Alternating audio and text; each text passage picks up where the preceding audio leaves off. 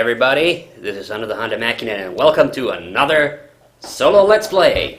And as you can see, this is Sonic the Hedgehog, but if all goes well, hopefully you'll be able to see the graphics and hear the music. Because this is not just any, this is the demo playing, but this is not just any Sonic the Hedgehog Let's Play that I'm doing. No, this is me doing a Sonic the Hedgehog 1 Let's Play by myself, as a solo, of course, obviously, on a Mega Drive, yes. So, not American, I'm Finnish, I'm European. And this is the PAL version of Sonic the Hedgehog, and you might already notice, looking at it, that it runs a little bit slower than what you're used to. And this is the Sonic the Hedgehog that I grew up with. And this is something that I've been wanting to do for a while now. Now, I did do a Mega Drive Let's Play on this very Mega Drive not too long ago, and on this channel, which was the Jock Rock Let's Play. I had some really bad. That was a bit of a downer, honestly, because people might remember that I couldn't use the audio from that. Something happened with that game. That something went wrong with the capture, and I am hoping that the capture for this will be much better. I'm not sure if the problem was the game, or my capture device, or the capture software, or all three. It might have been possible, because I wasn't able to capture it the way I originally intended. There is a weird thing with the Mega Drive that, with some cases, it's just not possible to record the console. And there's two reasons why I wanted to do this Let's Play. First of all, I just wanted to do a Let's Play on my Mega Drive anyway, and I've already done that with the Jock Rock. But this is, in my view, one of the most underrated Sonic games. Now, don't get me wrong, of course, Sonic the Hedgehog was a huge, huge deal back in the day. But nowadays, people just kind of, I don't know, people just don't give this game that much respect anymore. Most people prefer either Sonic 2 or 3, and don't get me wrong, Sonic 2 is an amazing game. Absolutely amazing. One of the best games ever. I do think, legitimately, it is better than this game, but I've never been a big fan of Sonic 3, and this game just, because it doesn't have, like, the spin dash and anything, I think people just don't appreciate it as much as I think they should. And for me, this is like the ultimate feel-good game. This game makes me feel amazing. So, a little backstory on, this was probably the Mega Drive was probably the second console ever I played. Before this, I had only played, my only gaming experiences were related to the NES, and I fucking love the NES. In fact, I you know, despite, you know, everything, I would actually rank the NES higher than the Mega Drive, and I love the Mega Drive. And I also had a friend who had an Amiga computer, so I was a little bit familiar with 16-bit games. But our Amiga experiences were slightly disrupted by technical difficulties. Firstly, the sound card on my friend's Amiga was not operational, and then we later ended up playing it on a black and white TV, so it went really down, got really downgraded as time went on. So then my cousins got a second Mega Drive, and this was the first game we played, and I remember very vividly sitting on the couch when my uncle fired up Sonic the Hedgehog for us, and the first thing that, of course, you hear is the Sega logo, and I just jumped because I was not prepared for it. Okay, I guess we won't be getting the emeralds now because I already fucked up on the second level. Yeah, this is the only Sonic game where I've managed to get all the Chaos Emeralds, but I can only get them if I get them during these first three worlds. If it takes me any longer than that, then I have to get them before I complete Spring Yard Zone. Otherwise, there's no hope for me. Labyrinth Zone, certainly not. And even Starlight Zone, even though that's one of my favorite levels in this game, it is pretty hard. And in those later levels, you really have to prioritize staying alive versus getting rangs. Oh boy. So anyway, people always kind of shit on this PAL version as well because it runs so much slower, and it's funny that I would get the, of course I would get the speed power up as soon as I got to that point. But honestly, this is the way I remember Sonic, and this is the way I honestly prefer playing it. Like, we got the Sonic Mega Collection on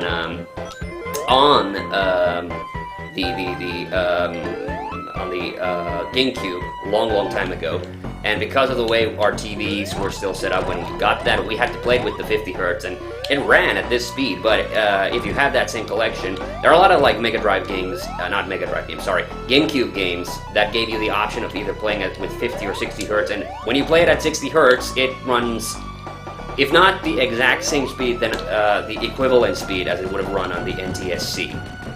But I like this. I prefer this version. Even though it is the original version, the NTSC version just feels too fast. And I know that's a funny criticism to lay against Sonic the Hedgehog, but you know, I honestly prefer this speed. This is my speed for Sonic. So yeah. And now that actually I got the Sega Mega Drive Classics collection for my little brothers as a Christmas present. And I tried playing Sonic the Hedgehog on that as well, and it just feels wrong. Sonic 2 I have no problems with, because Sonic 2 actually runs exactly the same speed. So some of you might actually wonder, what exactly is it that causes the PAL slow up? And it's a really weird thing, and it's only something that I knew it had to do with the television formats. I never really understood the technical side of it until recently. European television sets, first of all, there is, you know, the European television sets, and then in some other parts of the world they use something called a PAL standard. In the US they use an NTSC standard, and that's also the standard they use in Japan. But not only are there actually multiple standards of PAL television sets, which no longer, by the way, in the modern age of digital television, it doesn't really matter, because all the television's signals are no longer analog, it's digital. But this also has to do with the way, like, how pictures used to be rendered on, you know, CRT televisions, you know, the hollow tube. There, you know, old television sets literally had a tube.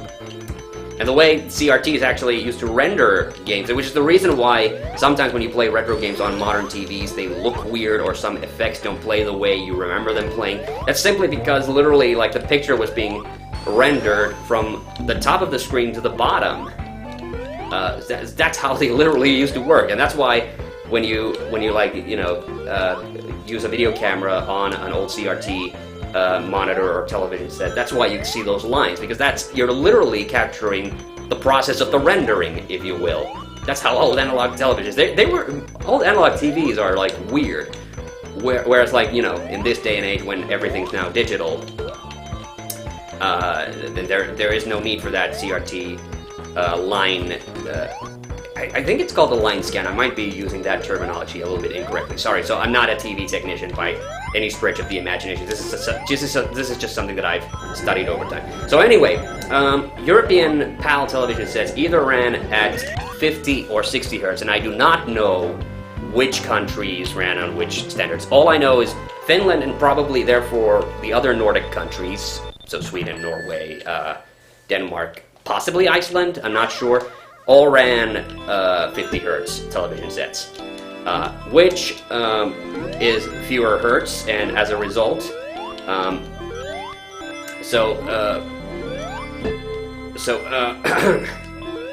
sorry, now I'm concentrating a little too hard on this bonus level.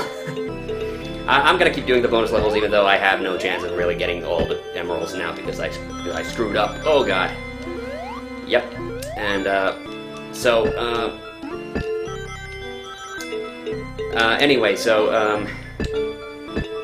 yeah, that's the thing. Like, that's why, you know, even though there were, you know, all European television sets are technically PAL, there are different types of PAL depending on what countries you're in, and therefore, like, that's why Nordic countries, they tend to have the same standards. So it's what's 50 Hz for the Nordic countries most likely. But then I think maybe possibly in like France or maybe Germany, I'm not entirely sure, they like ran like 60 Hz. Now NTSC runs at a weird hertz number. It runs at like 49 or 48 dot something hertz. So it's not even an exact number. and that's just the way. That's just an artifact of the way American television sets originally were constructed. There's no rhyme or reason for it. That's just the way they found the televisions to work. And then when Europeans started making television sets, they adopted an exact amount of hertz for their television sets, or something to that effect. I might be getting that slightly wrong. But so what does it even mean to have that many hertz? Well, the last time I've heard hertz had any kind of significance was before when LED televisions, when they still used to sell LED televisions that had less than 100 hertz. Nowadays, I think all television sets have at least that amount of hertz, so it doesn't matter. But it used to mean, like, if you were watching like a hockey game on TV, for instance, it used to mean that, like, pictures, television broadcasts, and movies with a lot of like fast-moving images, they would always kind of render a bit awkwardly if you didn't have at least 100 hertz, because that's what you needed. So what does that mean? What does that translate in the CRT world? Well, in the CRT world, what that means is the more hertz you have, it actually technically means you have more resolution, or you have, so you have bigger resolution so European television sets had bigger resolution. And that's the funny thing, is because American television sets, the NTSC TV sets, had smaller resolution. That means that European television sets had to actually render a much larger area, and because it takes longer to render a picture on a PAL TV than it does on an NTSC TV, that's why the slow up happens. That's why you get that. Ever so, it's like barely noticeable in movies and television shows, but on video games, especially something like Sonic, it's very noticeable. And yeah. So that's the best of my abilities to try to explain. That's where the PAL slowdown.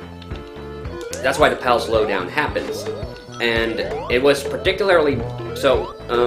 But then, so some games, well, really all Nintendo, like 8-bit Nintendo games that I remember, had the NES slowdown.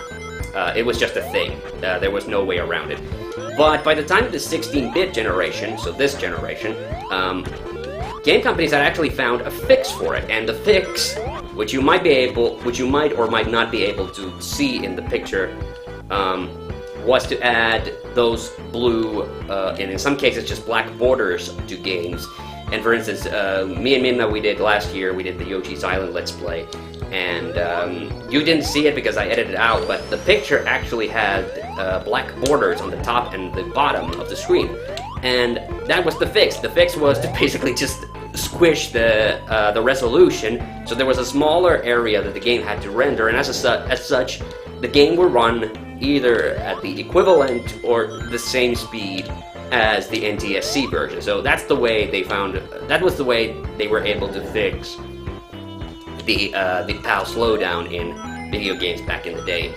And by the time the 32, 64-bit generations of the PlayStations, the Saturns, and the N64s, I don't know if they had, if the PAL slowdown was that much of an issue anymore. I have to be like in the interest of like full disclosure. I have not compared the PAL and NTSC versions of that generation of games that much, so I really don't know. But I do not remember N64 games having those black borders.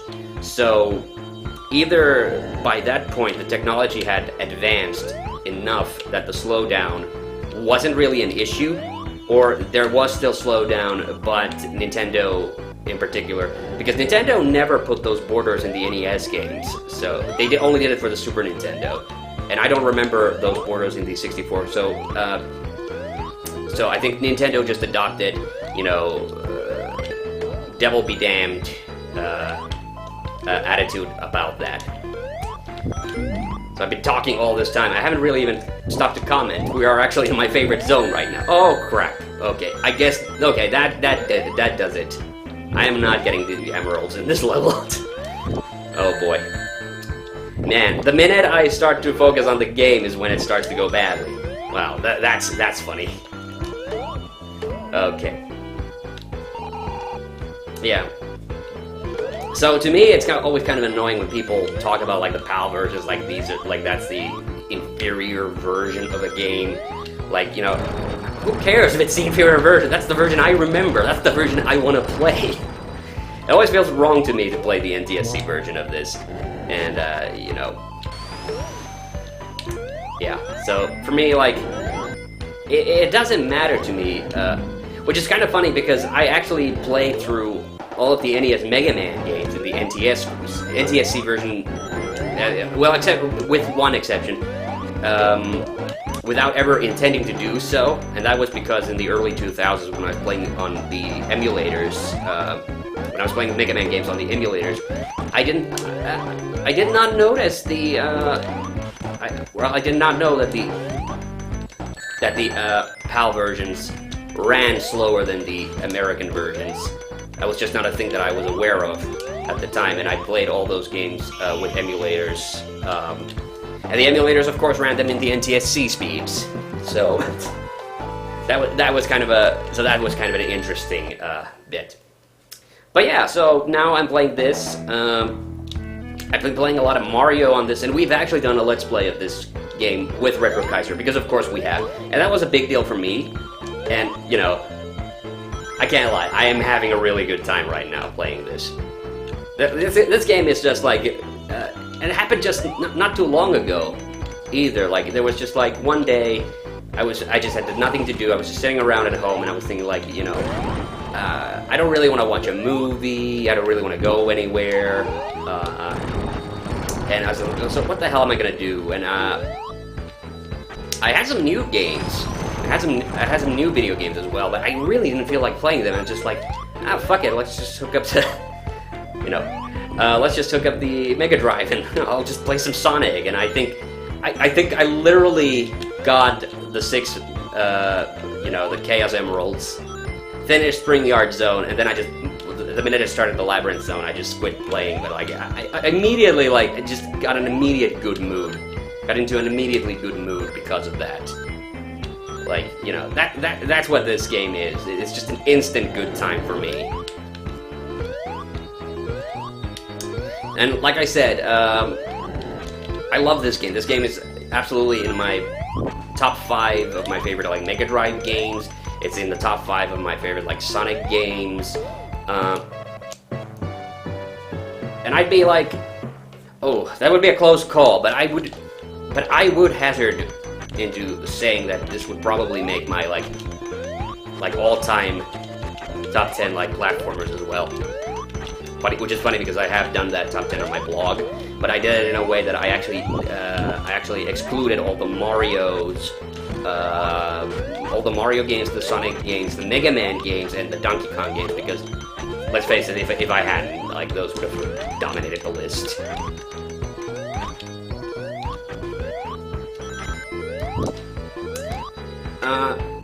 But I also have to admit to belonging into a minority that I don't necessarily believe that the 2D Sonics are like inherently superior to the 3D Sonics. I mean, because the 3D Sonics are like the 2D Sonics. There are bad 2D Sonic games as well. Like Sonic Spinball is a great example, and Sonic 3 is not a bad game. I just don't enjoy it, and I don't like the Master System Sonic really.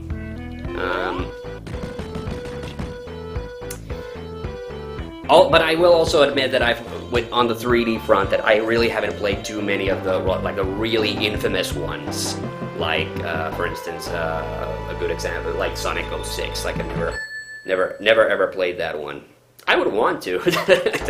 I'm just genuinely curious for it. Okay, I guess that will be part 1, and when we come back, it's Spring Yard Zone. So, bye.